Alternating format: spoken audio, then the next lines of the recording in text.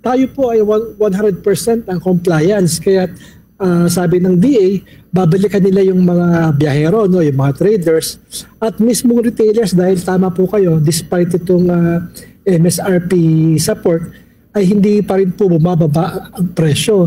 Ang tingin natin, meron na talagang isasamantala dahil aminado naman po ang industry na meron talagang kakulangan sa local supply, no? Dahil nga po patuloy pa rin yung ESF.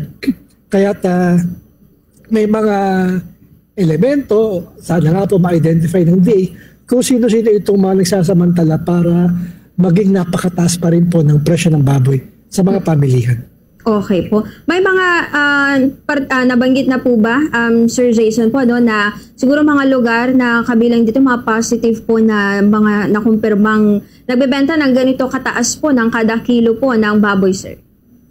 Ito pong past days, halos lahat ng palengke na mamonitor nila na merong pagtaas talaga. Although may mga nagko-complain naman po sa mga retailers, meron talagang mataas ang presyo. Sinasabi nila, mataas din daw kasi ang bigay sa kanila ng mga biyahero. Kaya sabi natin, baka pwedeng dun simulan ng DA yung pagtanong sa mga biyahero, bakit ang taas? Kasi po ang mga hog raisers natin, meron sila binibigay na invoice sa mga biyahero na pirmado ng mga taga-bai o yung mga nag-inspection sa mga buhay na baboy. Para po talagang bago ilabas sa farm, ay tumatalima po tayo dun sa napagkaisang 230 farm gate ng baboy. Okay po. So, bali po ito sa ngayon, paglilinaw lang po siguro, Sir Jason, wala naman pong nararanasan sa ngayon na siguro kakulangan ng supply or either oversupply po para umabot po ng ganito sa ng per kilo po yung ilang bentahan po ng karne ng baboy po, Sir Jason. Ang nireklamo na nga po ng retailers natin, Miss Maren, ay matumal, dahil dati ay nakakaubo sila ng 3 ulo, Observe, 3 sabit ulo, 3 buong baboy yan. Ngayon po, yung isang buong baboy, hirap nilang maubos sa maghapon dahil nga po medyo mataas ang presyo at kahit naman po yung mga hog raisers natin, ayaw natin talagang mataas kasi nga walang bibili. Ang mamamayan natin, talagang hirap sila ngayon sa mga presyo ng pangunahing bilihin. Etong baboy, dati natin nasa 250, 220 lang. Sumisipa nga po ng lagpas 400. Kaya medyo mabigat po at yung iba lumilipat na sa mas murang pagkukunan ng kanilang protina. Halimbawa, lumilipat sa manok, yung iba ay sa itlog, o iba kahit baka lumilipat. Yun nga po ang ating iniiwasan at kahit mga retailers, alam nila pag mataas ang presyo, tumutumal po yung pagbili sa kanila ng mga suki. Okay po. Pero, at kung sakali, sir, kayo po sa SINAG, Sir Jason, ay sasang-ayon po ba kung sakali po na papanagutin itong mga nananamantala po sa presyo ng baboy, or sa tingin po ninyo kahit bigyan lang muna sila ng warning, lalo at sabi nyo nga po talagang matumal po yung bentahan sa ngayon ng mga pork products po? Sana po ay kung sila naman ay ilang beses ang nakausap, siguro po may warning, pero ito po medyo matagal na yan. Sabi nga natin, kung talagang meron, sabihin nila, gayon din dun sa panahon ng mataas ang presyo ng bigas. Ang sabi natin, kung talagang meron katunayan na talaga ay may sinasabi silang profiteering o yung labis na pagsingil, pagbenta, dapat po ay nakakasuhan naman para hindi na maulit. Ang laging problema natin, Miss Maren, kahit sa usapin ng smuggling, maraming nahuhuli, maraming nasasabat, pero unfortunately wala pang napaparusahan. Kaya tayo, kung talagang merong ebidensyang DA o ibang ahensya ng pamahalaan, sana po makasuhan para naman makita na seryoso ang efforts natin laban dito sa mga nagsasamantala sa presyo. Lalo na itong baboy, bigas, manok. Yan po yung talagang binibili araw-araw at talagang yan ang pagkain natin araw-araw. Kaya dapat lang po kung talagang meron sila nakikitang mga pagsasamantala ay makasuhan naman po. Okay po. Pero ito naman po, Sir Jason, ay hindi naman po siya parang epekto nung naging implementation po ng maximum suggested retail price or MSRP po sa mga karne po? Yun nga po ang sabi natin ay kung alam natin kasi may efforts talagang pababain ng presyo, lalo na ngayon ay panahon ng eleksyon, ang tingin naman natin, kusang bababa talaga yan pagka dumami na uli yung baboy natin, kapag nakarecover na yung mga grazers. At tayo naman po, mas gusto natin syempre mas mura para mas marami makabili. Pag mataas talaga ang presyo, lumalayo, tumutumal talaga yung bentahan. Okay po. So, bale, anong hakbang po rito sa ngayon? Kung meron po kayo sa sinag po, Sir Jason, to address this concern po ng mga magbababoy po, especially yung mga vendors po ng karne po. Ang sinasabi po natin, ang backyard talagang mabigat sa kanila yung 230 dahil ang backyard natin. Talaga, kung ibebenta nila yung baboy, dapat nasa 250, 260. Pero dahil nga nagkaisa tayo doon sa 230, pumayag sila. Kaya ang panawagan talaga ng mga hog raisers, sumunod lahat doon sa napag-usapan para naman makabenta ng mura at may mabiling murang baboy yung ating mga suking mamimili. Kasi tayo talagang pork lovers ang Pinoy. Ayaw din natin mangyari na yung mga Pinoy dahil mahal ang local, lilipat sila sa mga frozen imported na medyo mura. Ang Pinoy naman kasi, kung may choice lang, doon po tayo lagi sa sariwa at bagong katay. Imbis na dito sa mga frozen na hindi mo alam kung saan nanggaling at kung gaano katagal na silang nakaibak sa mga freezer. Okay po. So, kung meron man po kayo, siguro Sir Jason, mga maipapayo na lang, especially sa mga hog raisers at dun sa mga nagnenegosyo po ng particular, karne po ng baboy sa ngayon, sir. Ang po natin talaga ay hopefully in the coming months, lumabas na yung bakuna para masimulan po talaga yung pag-recover ng ating mga hog raisers. Dahil po talagang itong dinanas ng ASF, talaga pong dumapa ang industriya, pati yung mga sektor na nakikinabang dun sa pagbababoy. We're hoping for better months and years ahead po. Okay po. At sa usaping karne pa rin naman po, Sir Jason, kamusta naman po sa ngayon? Doon naman po sa ibang mga karne po, katulad po ng sa mga manok po, kung meron din po bang mga concern sa ngayon, sir, na naipaparating sa inyo? Yung manok, tayo ay medyo natutuwa dahil bumagsak din ng farm gate ang manok hanggang 90. Itong mga nakaraang linggo, mabutingin ay medyo tumataas. We're hoping makarecover naman ng ating mga magmamanok dahil tulad ng mga magbababoy, inaabot din sila ng mga sakuna dahil nandiyan pa rin itong yung bird flu. Yan yung number 1 na sakit ngayon na tumatama sa ating mga manok.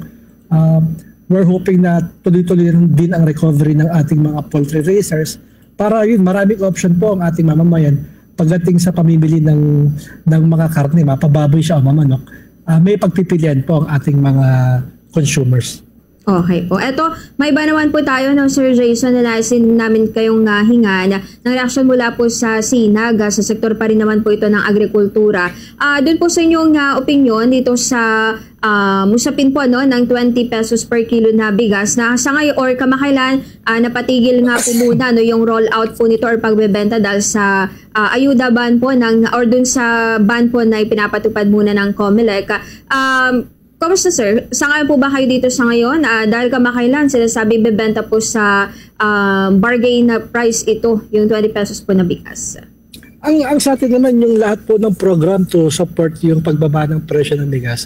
Okay po tayo dyan. At nilinaw naman ng DA, yung 20 pesos, hindi siya yung kumbaga, hindi ito yung naabot na pangarap na natin talaga, kundi sinasubsidize pa rin yung presyo. Ibig sabihin, ang totoong presyo ng 20 pesos ay 35 pesos ibebenta ng gobyerno sa consumers. Pero para makabit niya yung 20 pesos, ibig sabihin, sinasubsidize niya ng halos 15 pesos kada kilo yung binibiling 20 pesos ng mamayan. Tayo naman kung may pondo po ang gobyerno dyan, mas mainam na itong supportahan na mga subsidy, imbis na yung kung ano-anong mga ayuda ang binibigay na hindi naman tungo sa productive, yung kumbaga productive efforts. Mas gusto natin na ito po yung matulungan para meron namang mabiling murang bigas ang ating mamamayan. Gaya nga po ng sinasabi natin, sa kabilang banda, sana rin masiguro ng DA na hindi naman bumagsak ang farm gate ng palay na sa ngayon ay sabi sa atin na yung mababa pa rin, naglalaro pa rin ng 16 to 17. ang presyohan sa farm gate ng palay na medyo mababa po talaga. Sana umabot man lang ng 18 hanggang 20 para makikita naman po ang ating mga rice farmers. Okay po. Pero eto naman sir, tama po Sir Jason, hindi naman po ito dudulot or magkukos po ng pagkalugi po sa mga lokal na mga magsasaka po natin, sir. Opo, ang sinasabi natin sana ay kung kailangang subsidyohan din, bigyan ng suporta yung ating mga farmers sa mas mataas na presyo ng palay, sana po ay gawin din ng gobyerno kung tayo ay nagsasubsidize sa consumers. Sana ay masubsidize din yung ating mga farmers kung talagang babagsak at babarating ng mga traders at millers yung palay dahil nga po ang mura, ang imported nasa 33 ngayon, landed cost na, ibebenta na niya. Ibig sabihin, nandun yung figure na sinisilip ng mga traders at millers sa ganung presyo, talagang gusto nilang mas mababa mabili ang palay ng ating mga farmers. Yun naman po ang iniiwasan natin na kahit papano, wag nang bumagsak sa 15-16 ng palay, sana 18 pesos pataas. At kung meron tayong subsidy sa 20 pesos rice, sana yung NFA, mabili siya ng mas marami dahil pangako nila sa 23 sila bibili ng palay. Mas lakihan ang pondo para mas maraming palay ang mabili ng NFA sa mga darating na linggo. Okay po. So, eto, kayo po, Sir Jason, sa Sinag, na personal nyo na rin po ba nga nakita itong 20 pesos per kilo na bigas? Kasi pagtitiyak naman po ng palasyo ay maganda po yung kalidad kahit na ibebenta ito ng 20 pesos kada kilo. Kasi hindi natin may kakaila, may mga ilang kababayan pa rin tayo, may agam-agam doon po sa kalidad nitong 20 pesos per kilo po na bigas, Sir Jason.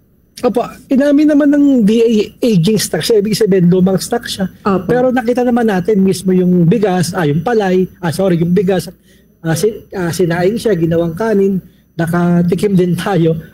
Okay naman po yung lasa. Kumbaga, wala naman tayong pag-agam-agam no sa quality.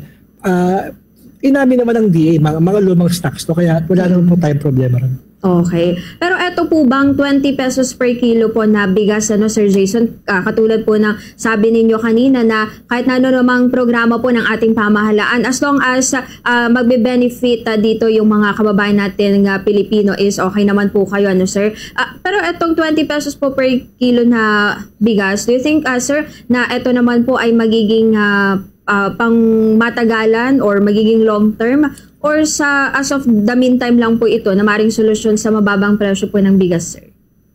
Ang long term po talaga ay mapababa natin yung presyo ng gastos sa palay para mapababa mo yung pagbenta ng palay, makakabili ka ng mas murang bigas. Sa ngayon po ay talagang ini-stretch natin yung resources ng government para maging 20 pesos. At tingin natin, in the long run, aaray din po ang gobyerno dahil sobrang laki ng kanyang gastos kung i-maintain yung 20 pesos per kilo. Ngayon kasi pwede yan dahil mura ang global market pero kung yan ay gumalaw, tumaas ulit, talagang magkakaproblema ang gobyerno as far as paano itutuloy-tuloy yung pagpapondo sa 20 pesos per rice. In the meantime, habang nandyan siya, it's worth supporting naman po and hopefully yung long term talaga natin ay mapababa natin yung ginagastos sa ating mga farmers para mas makapagbenta talaga ng tamang presyo ng palay at tamang presyo ng bigas sa mga darating na panahon.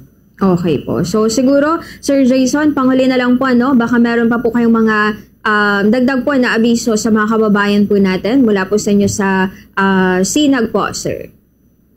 Basta ano po kami, Miss Maren, salamat po sa pagkakataon at talagang ang ating sinusulong lalo na sa panahon ng eleksyon, sana ay yung mga kandidato mapalokal, mapanational ay lalo na sa ating mga farmers, tingnan natin na kung sino talaga yung nakatulong na o tingin nila ay tutulong sa kanilang sektor sa mga darating na araw, yun po yung kanilang iboto sa darating na Lunes. Yun lang po siguro may bibigay nating advice para po maging mas maganda yung kinabukasan ng ating mga farmers in the coming months and years ahead.